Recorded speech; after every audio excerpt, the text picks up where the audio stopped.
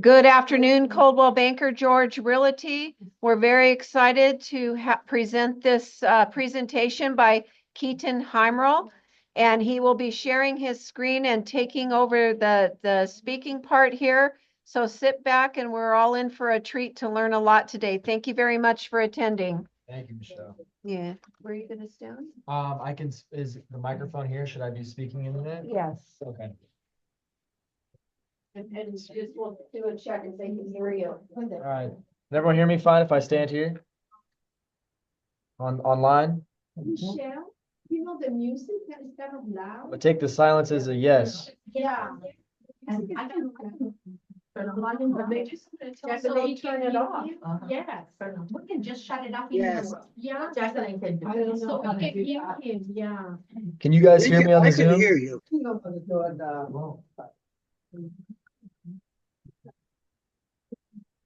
Assuming they can hear me. So the music is like loud. No worries. Just off that. Pour all- The background music.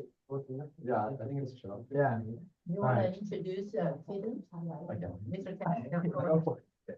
So this is my buddy Keaton Heimerl. We went to college together. So he's my main insurance guy, and I introduced him to my father, and hopefully he can introduce what he can do for all you guys. So. Thank you. Thank you, Harry. Thank you.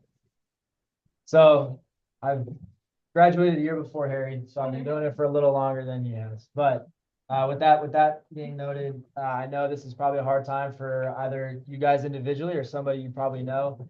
You know, all of us riding around here, we all probably know somebody who is impacted in some form or fashion. So it's kind of a crisis. I'm not sure any of you guys have seen something like this. I surely haven't. And I'm going to try and talk today about a couple things.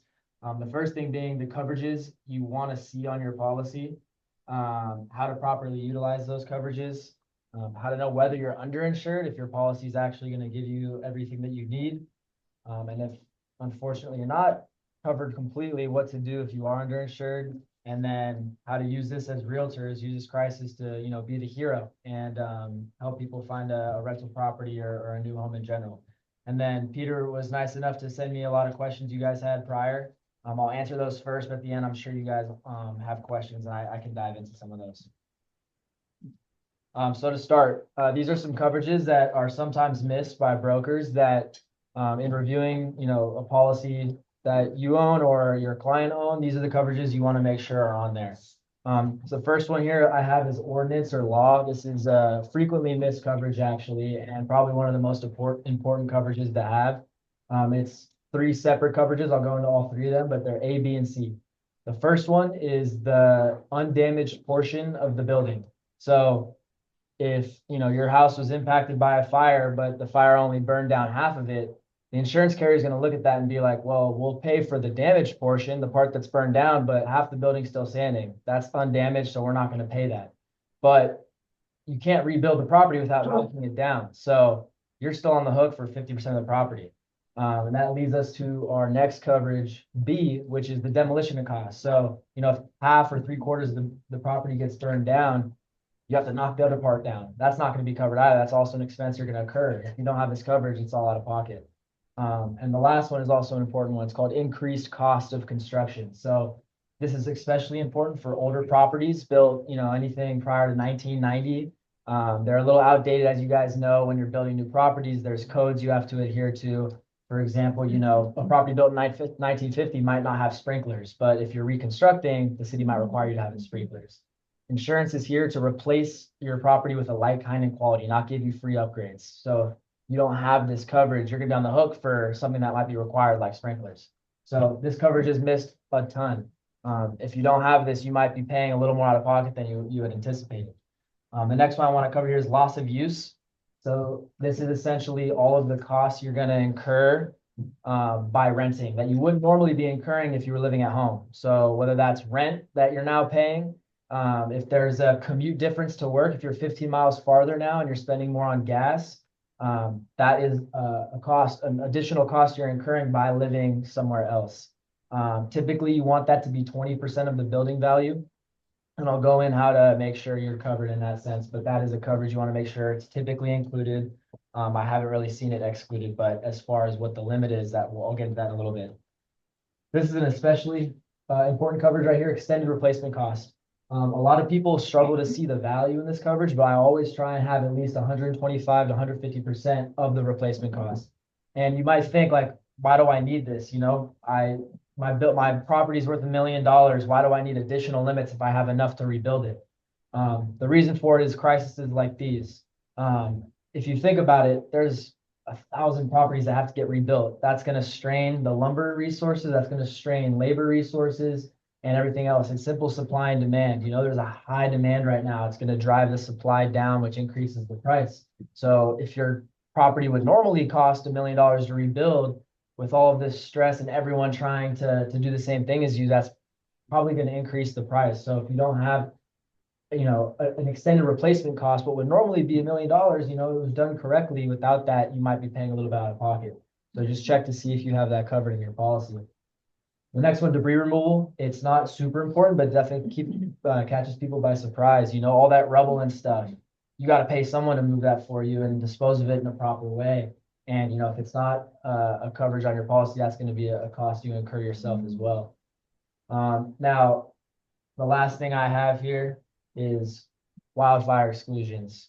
A lot of people living in the brush, you know, when I go to present them a policy with full limit wildfire coverage, they look at the price and their jaw drops. And unfortunately, a lot of them end up going with another broker that have a, you know, severe sublimit or just wildfire excluded in general. And it's still going to be expensive, but guess what? They're not getting a payout in this situation. And I really hope and I pray that none of you guys here have wildfire excluded on your policy or anybody you know. So these are some things you want to look for. Question. Yeah, absolutely. So if you live in a wildfire area and they give you the policy for the year, so you need to get extra insurance when you are in a wildfire area where there's a lot of fires, you need to get something extra? Is that what you're saying? No, so a lot of times right now, as you guys have known, finding coverage in the brush areas has been challenging.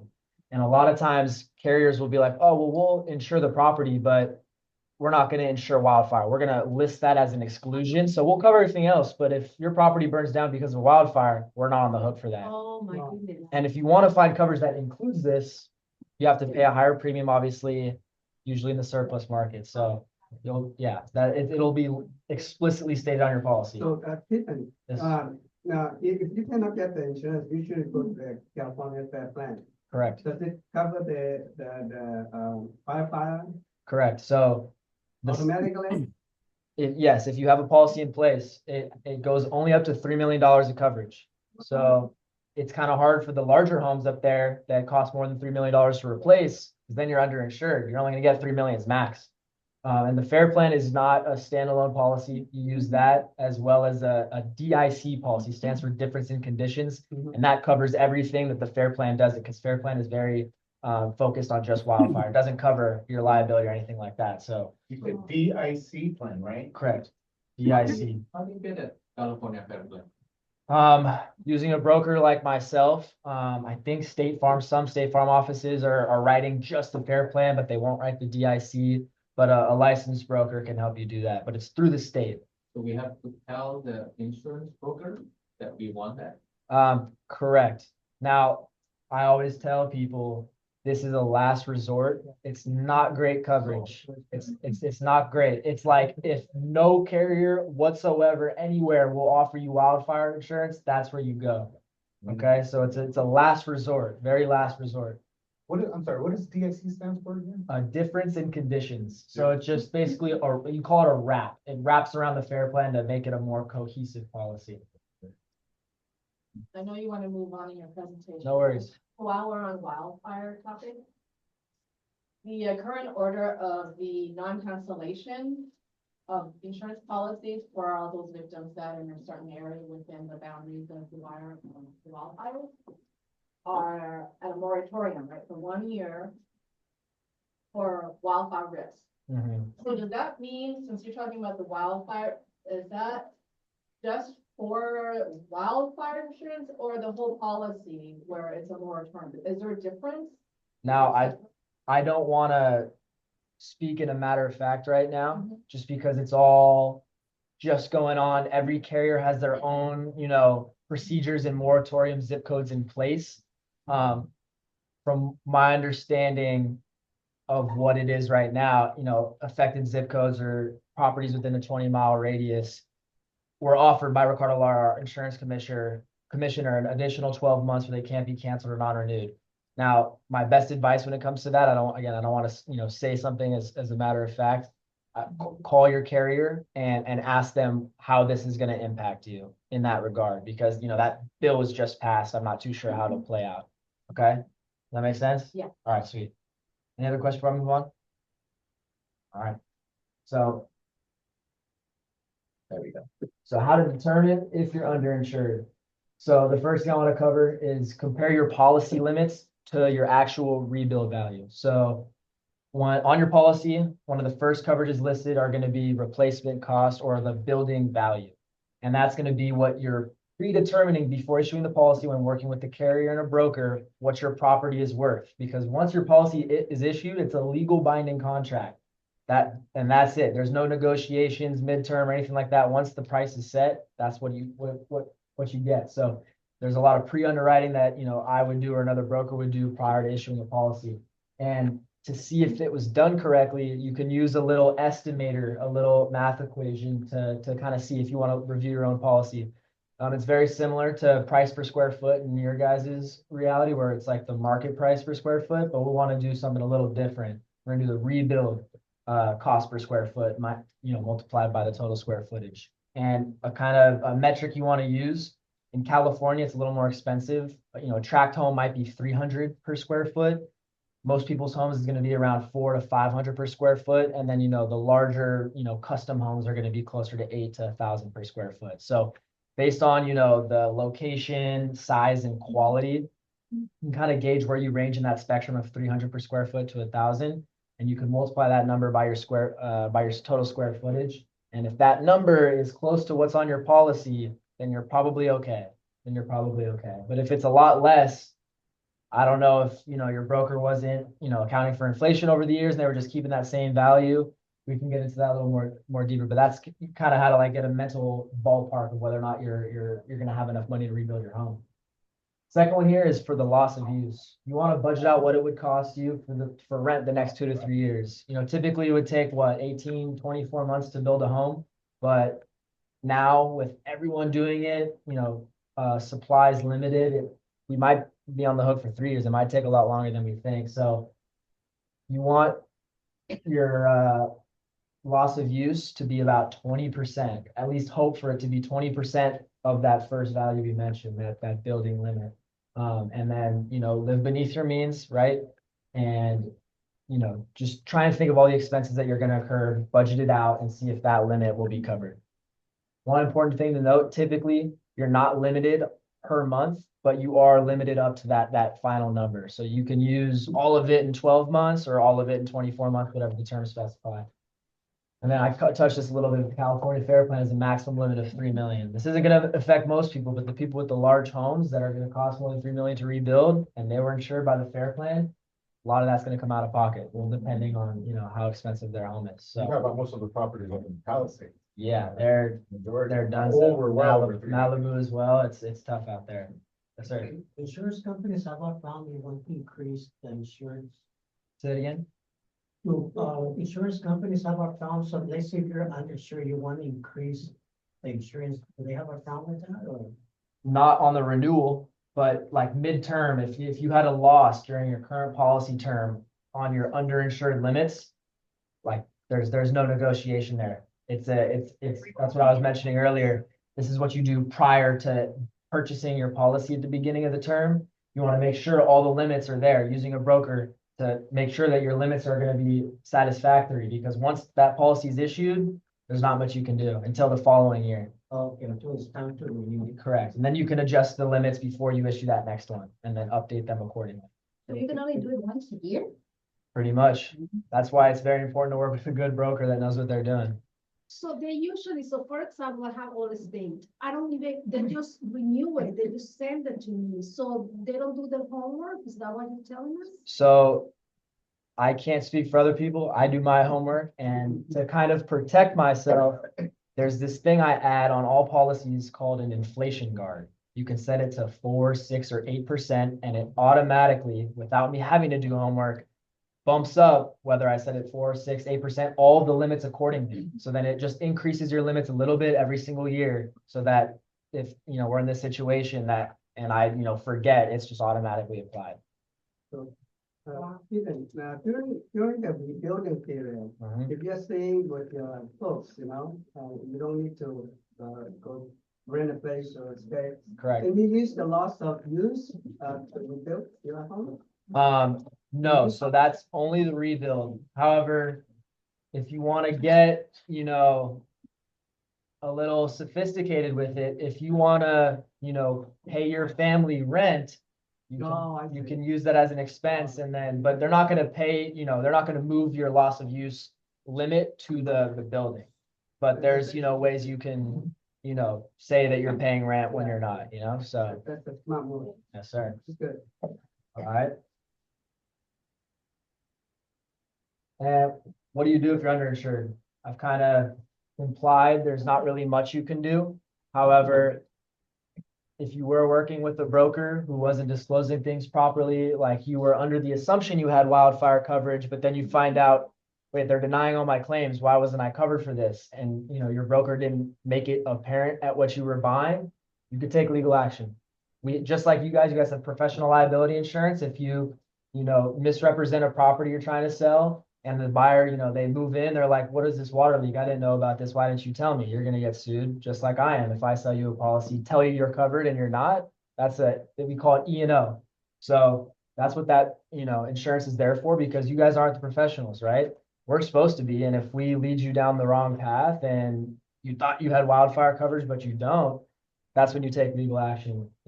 Myself and my company, Greyhawk, we have plenty of insurance attorneys that are eager to get after these bad brokers. For example, I was working with a client. He had a property up in Glendora Hills, about 8,000 square feet. And I presented him a policy. It was very expensive. It was like $60,000 annually, but it had full coverage. And obviously he was like, I need to shop this around. This is pretty expensive. I was like, I understand, but he went to another broker. The broker got him a quote for half as much as mine. And he was like, why is yours so much more expensive? His is half the price. And like, I put them side to side and I said, because of this right here, it said $250,000 sublimit for wildfire. So that's the most he would have gotten. His home would have cost $4 million to rebuild. He only got $250,000. It's like, did your broker tell you that this is why it was cheaper? And she said, no. And I was like, well, if she ended up moving forward with me, but if she had taken that policy, that broker didn't disclose that there was a giant sublimit on the wildfire. So if her house burned down, thankfully it didn't. If her house burned down, she would have been screwed. She would have thought that she had coverage for it and she was getting a great deal. But since that wasn't disclosed, she could have taken legal action. So there's things like that. However, you're out of luck if I don't do this very often. I usually, pass these kind of people along, but if they're giving me a hard time, telling me it's too expensive and they want me to do it the wrong way. They want me to cut coverages and just take it to the bare bones. I don't personally like doing that, but if there's no other option, I'll literally put everything in writing. Hey, I don't think you should do it this way. You're not gonna have coverage for this, this, and this. You're gonna be liable for this, this, and this. If you want me to do this, I need you to put in writing, I'm okay. I'm aware of all these liabilities that I will be responsible for, but I'm okay moving forward with this. Because then if something were to happen, they can't point their finger at me and say, why didn't you tell me about this? I made it very clear what they were purchasing. So That's usually the case. That's usually the case. No one, when they see something, when they see the high premium rate, monthly rate, or the yearly rate, they're like, oh no, that's too expensive. Let me go shop around. They go shop around, they get something cheaper, but however, it's totally completely different compared to what you originally offered, and then especially when you look and break everything down, and that's the thing. They see a lower price, they're like, oh, that's cheaper, that's better, instead of analyzing like, okay, let me see, why is this cheaper? Why is there a difference? And I deal with that on a daily basis. It's Wow. ridiculous. It's ridiculous. Lastly, on a more positive note, how you guys can be the heroes, right? This is obviously a tough time for lots of people. Tap into your center of influence. I know people who are impacted. I'm assuming most of you guys do too. Be the hero. Find them a new rental property that they can stay with their family in before their neighbor does. Like get them back on track. They have a life as well, and they're probably all over the place. I'm sure you guys have thought of doing this already, but just like seriously, there's some serious people in need. There's also going to be some people who are tired of paying high insurance and also don't want to do that anymore. Now they're looking to just, get out of that area. They want to find something more inland away from the mountains. So there's lots of opportunities for you guys right now. Lots of people in serious pain that are looking for a solution today. So that's kind of all I have for you. I have some pre-written, oh, sorry, you want to take a picture of Yeah, that? one more. Sorry. I have some questions already that I was given. I'll read those answers first, and then I'll ask some additional, I'll answer some additional questions here at the end.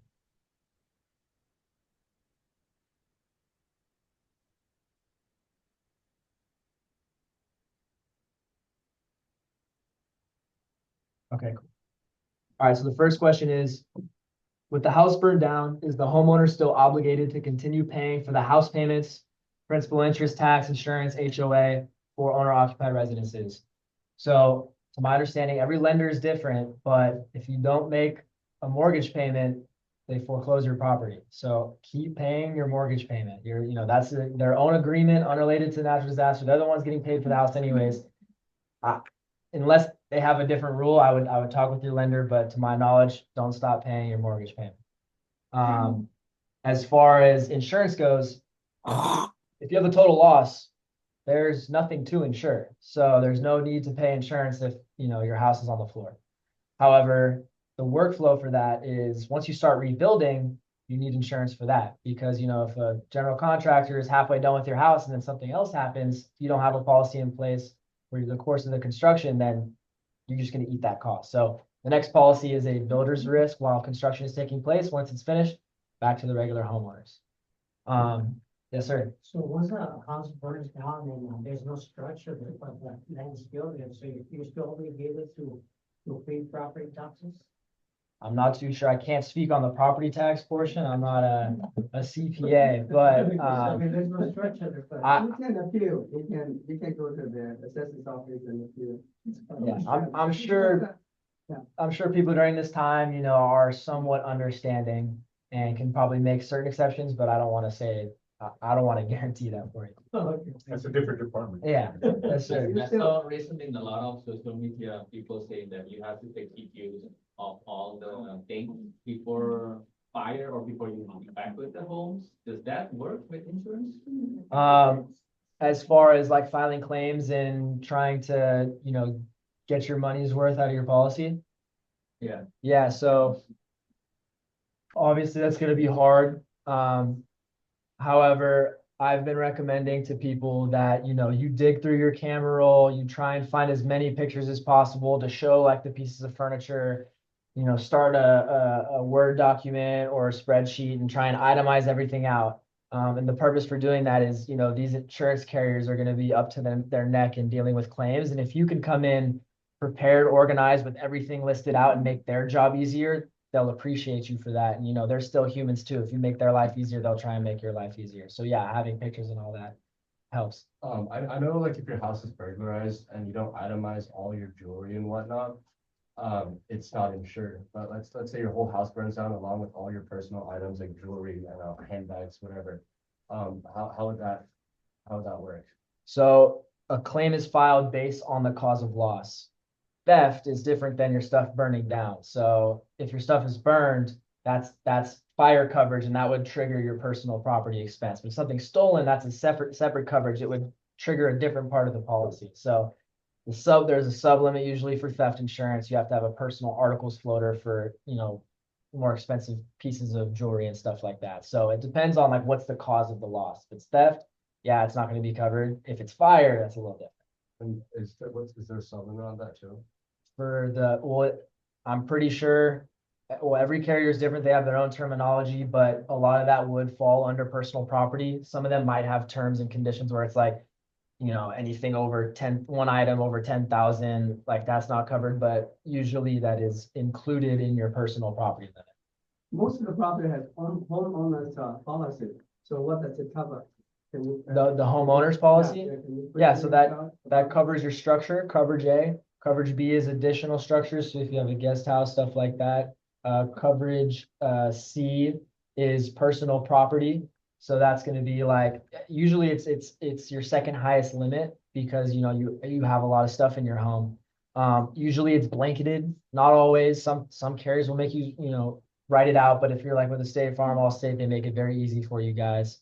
And then coverage D is loss of use. So that's like the expenses incurred from, you know, not living at home. So rent, temporary displacement. Would cars in your garage that got burned down categorized as personal property, or is that?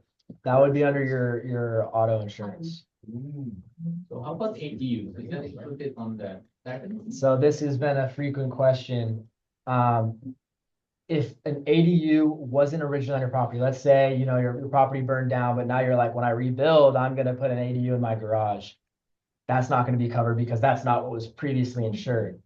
However, if you work with your broker, you got it on your policy and you're rebuilding it, but since you're rebuilding it and the city's like, oh, sorry, you're not permitted to build this ADU there, you're out of luck. Because this is what the city says goes, right? So that's the. How about if the current home is still okay, and then they build ADU, can you include the ADU in the main house policy, or do you have to buy separate?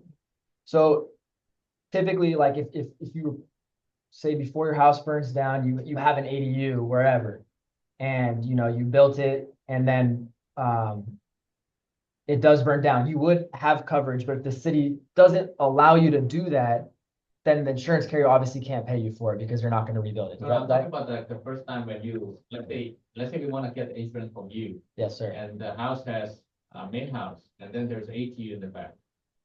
How are you supposed to cover this? Is that included in the homeowner policy, like you mentioned earlier already, or It we can be. buy separate our policy? It can be. So I'm a little different compared to like a State Farm agent. They have a State Farm product. I work with like 50 to 100 different carriers, and each carrier will rate for it differently. Some of them will include it as an additional structure. Some will just include it in the building limit itself. Some will have it require a separate policy. It really depends.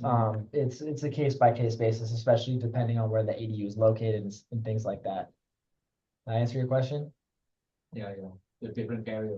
Sometimes, not always. Not always. It depends on the carrier. Some might just group it all together. I have the question regarding on the policy, the third item, which is the personal property, right? Correct. It's the second highest for the amount. So if there's no detail on the personal items, and you didn't keep any pictures, for example, like you have a painting, whatever is burned down. So how can the insurance company to judge how much you should get paid, or there's any minimum amount? Yeah, the owner so can get. in crises like this, from my experience, carriers can be a little forgiving. Do try and, find at least where what that painting goes for online. If you can't prove that it was hanging on that wall in your room because you don't have a picture of it, but you can find like, hey, I had this picture, this is how much it is, like I want to include that. You still want to try and itemize out everything you can remember, even if you can't prove it was there. Okay, so which is not including the normal, like furnitures, the dining table, those very common items, right? Yeah. Those will be included typically. okay. You just have to, hey, like I had this dining room table in here, it cost this much. We had 4 chairs, you name Okay, it. so that's the reason why it's the best, is that we take the video or taking the pictures for all. That whenever I issue a new policy, if it's a homeowner's, I typically say like, at least have your expensive things documented. So if something does happen, you can say, nope, look, it was right here. Okay, You so know, yeah. that's the object. That's for the third item. Yeah, for the insurance the policy. personal property. Okay, and one more question is that, I don't really understand the loss of use, the minus 20%.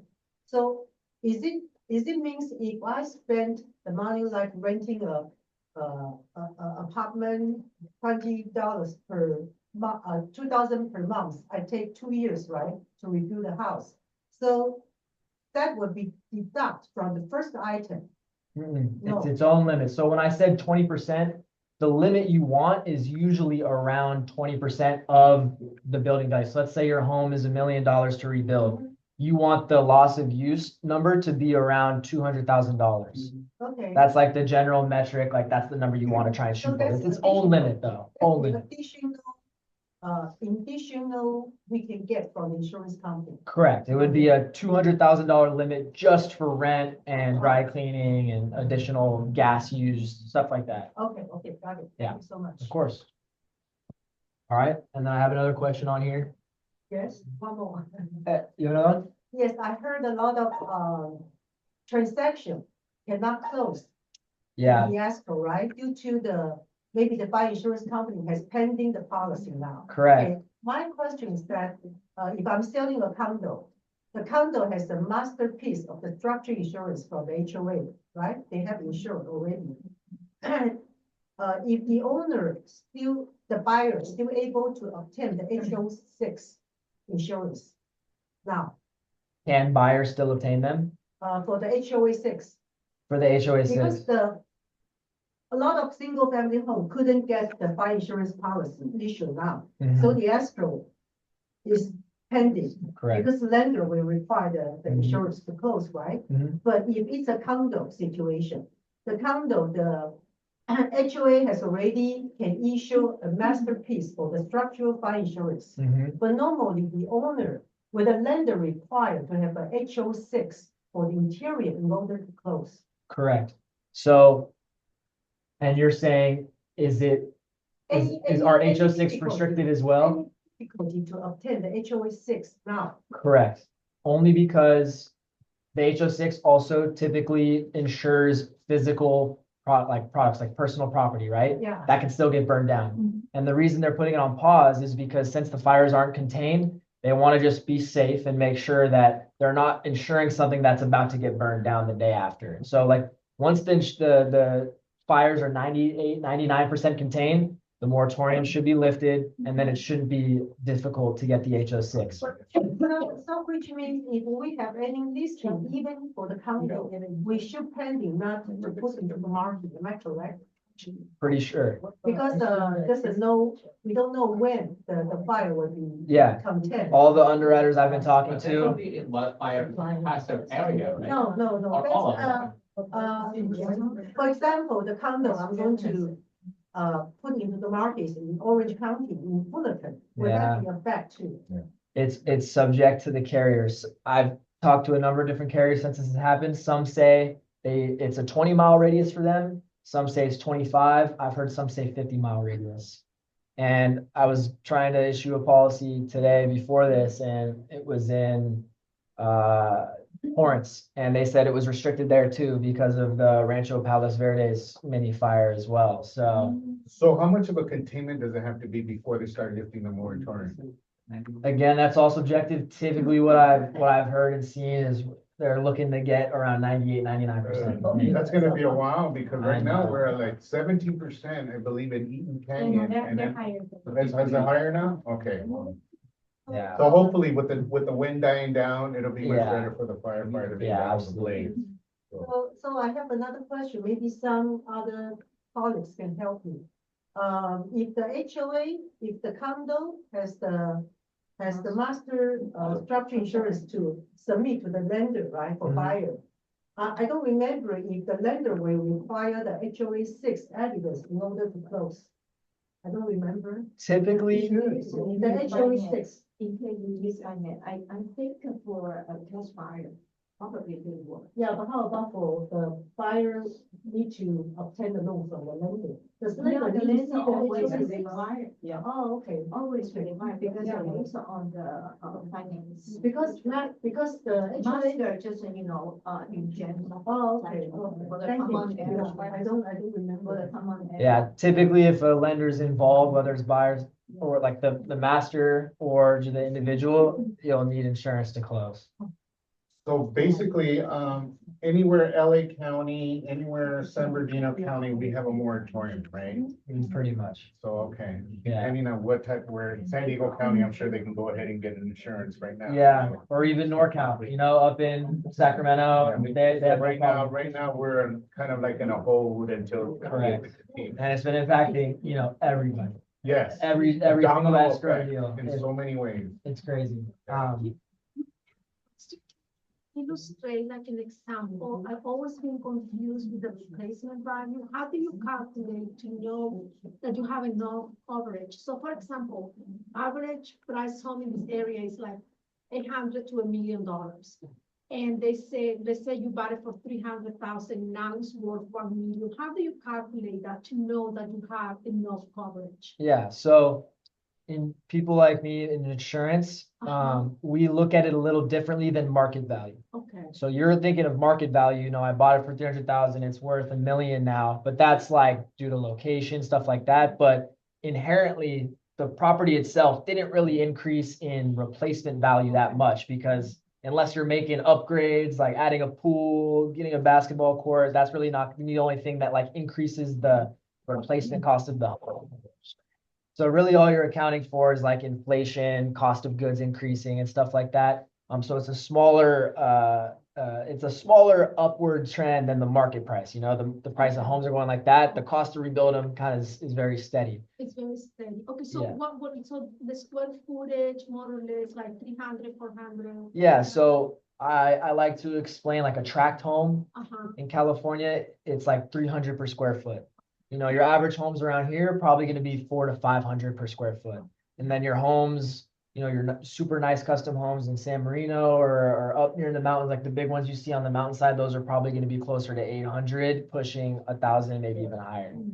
But I have a software that I use where I put in all the property details and it creates a very accurate number of what it would cost. I usually overestimate a little bit to be safe, but that's kind of the mental math I do, and then also our software that kind of gives us a value of what it's worth. When you rebuild the house that's burned like this, can the homeowner increase or reduce the square footage? Or it has to be exact number? It doesn't have to be the exact number. If you go more, the carrier is only going to give you up to the limit of what you chose. So if you want to build a bigger property, they're not going to pay for the upgrades, but if your limit is $1 million, they'll give you $1 million. So, yeah. I have some other questions here. I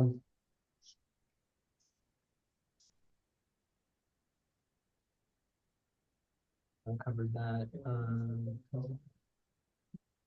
One question here was, how long does it take for the insurance provider to pay the homeowner after the claim is filed so that the homeowner can start rebuilding?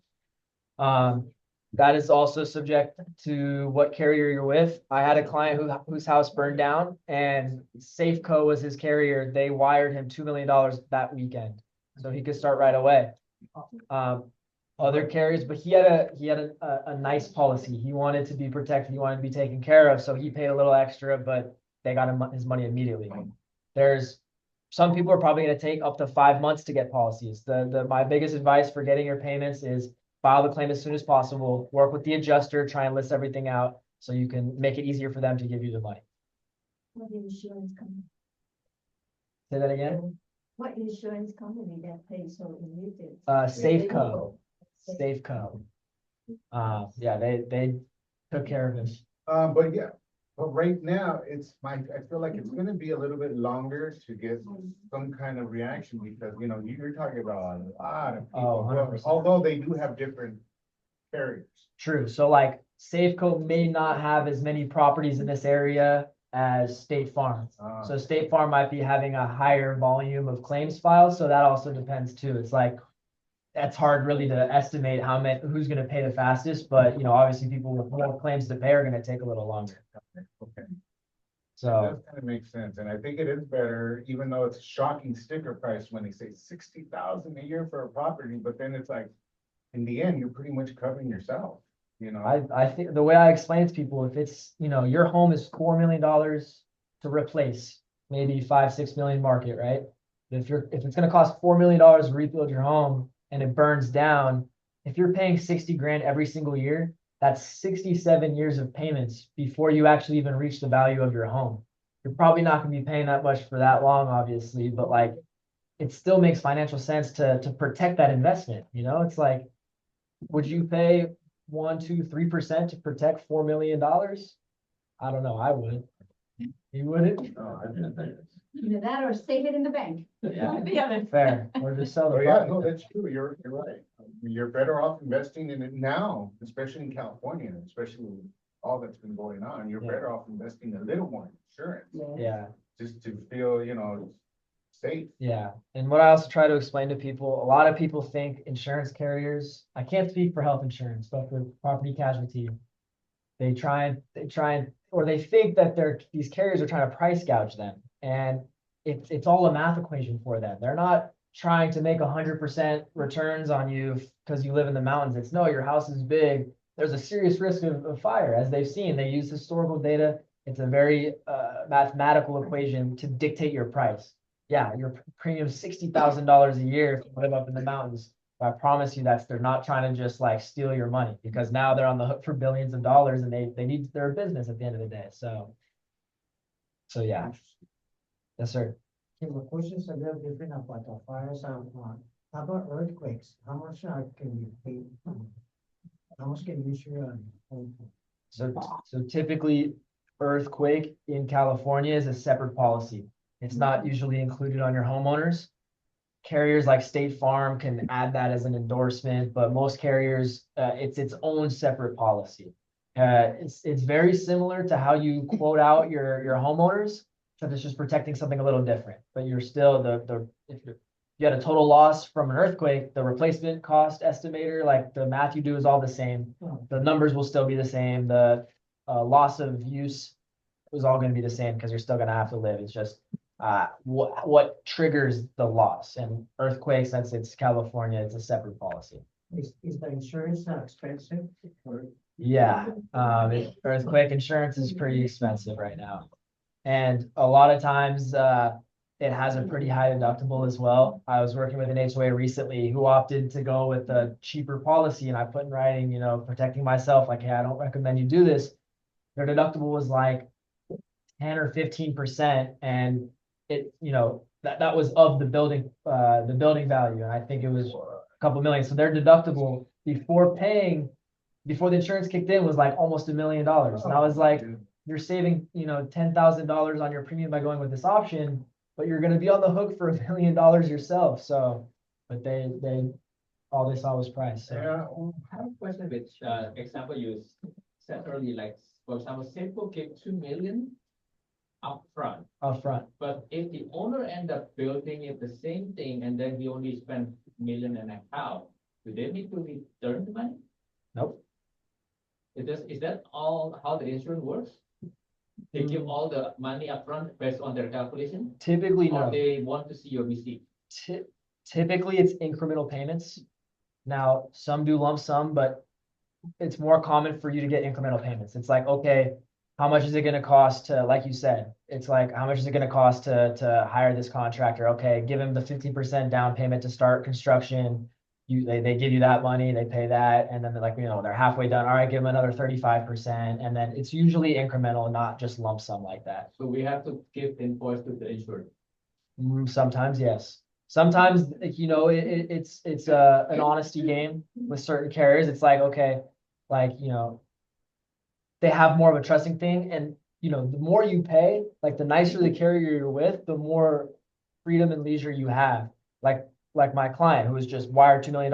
They just took care of him. He was paying a lot more, but they're like, you know what? This is like our brand.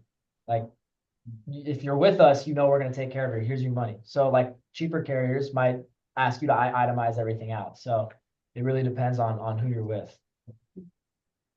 Quality of the insurance. Yeah. Can homeowner insurance are under the trust? Yeah. That's Still good, right? Yeah. So the named insured is just whether it's an individual, a trust, LLC. That's just signifying who's going to get paid in the event of a loss. So they would pay the trust, and then the trust would get paid versus like the individual. But obviously, they can take the money from the trust. Yes. The client just wired 2 million. They wired it to his personal account. Correct. So did he just owned it clear and free? Mhm. So if it's not, and it's by lender, they won't send the money to No. the client. They send it to the lender. Correct. He owned his house. He owned his house outright. But yeah, in the event of a lender, usually they're almost always listed as a lost payee. So in the event of the loss, for the structure, not the liability, but the property insurance, they get paid, and then they route it to the. True. The money? The lender. The lender will either. Correct. Then usually it's just for the loan amount too. Right. Like they'll protect the loan amount, they can do what they want with the property, but they just want to protect the money there. So if you still have half of the loan outstanding, they'll pay that half, and the other is going to the owner, right? The difference will go to the owner. No, the lender would get the whole amount. Yes, And then the lender would either rebuild the property or sell the land or whatever, but they would be given the full limit of, in the event of a total loss, that much. None of the money for the property would go to the to the homeowner. owner? No. Not even if it's already halfway paid up? But you'll get a lot of people out to leave the country Because they don't, if they have the money. yeah, and technically they don't own the property. It's not theirs, it's the lender's. So that's why they don't get money for the property. Even if they're almost paid in full? Typically, Like a car, I would think I it can would be I like can a get a car. more solid answer from you, but for you and email to Peter, email to you guys individually, but I'll get back to you on Yeah, that. because it doesn't make sense otherwise, It's kind of like a car. You have an accident and you have a total loss and you already paid nearly all of it. They give you the balance that you're already free and clear. Not the whole bit, the Yeah. bank gets whatever they have, as a debt. But the owner gets the other portion. At least prorated, right? Doesn't make sense otherwise. Yeah, it might be something like proration, but Doesn't I'll make get sense. back to you on that. Chicken, if you insure your property under your personal name, then you have a living trust. And after that, do you have to get a trust as the additional insurer? Are you asking if the ownership changes? Yes. Because, actually, not exactly the ownership, it's a legal ownership that's changed, but the equity owner has not changed. So what I'm saying is that you have set up your living trust, that then, and then your title is in the living trust, it's not in your personal account anymore. So do you have to change the policy to include the additional insurer? Yeah, the named insured should be whatever the title owner is, Right. the owner of the So property. you have to inform your insurance carrier to change the title. Well, they're not capable of changing the title. They just want to make sure they're insuring the title owner and not someone else.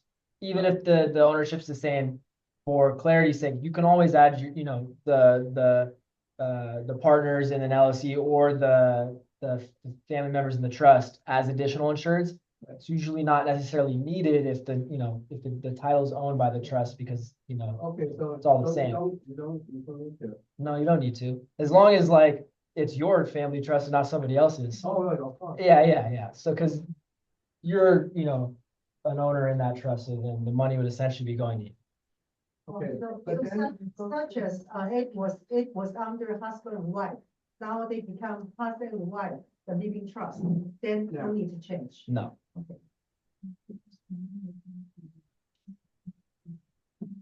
All right. I've answered all the questions I have here. Any others? No? Thank you. Well, that's all I have for you guys then. You can take my information, give me a call if you need anything, email. you have business card, chance? No, take a picture of this. I ran out. I've been door knocking a lot recently, so I placed a new order.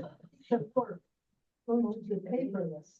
Yes, everything. And nobody carry, Business secrets. No. I usually do. I know. they- Oh, I'm sorry. We just go like that. Oh. I- okay. Now you contact David. I can exchange information, That's fine. up here as well. Probably gonna be in the email anyway, right? In the email for this? Yeah. And I have your question written down. I can get an answer for you as well. Thank you Wow. so much.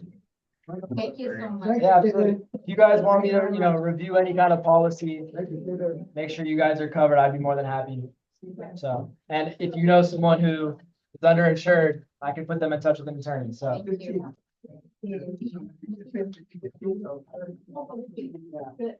So we have to stop that recording. Let me stop the. Get in here.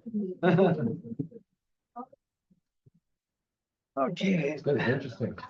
Huh? Interesting. I mean, insurance has never been more exciting for people.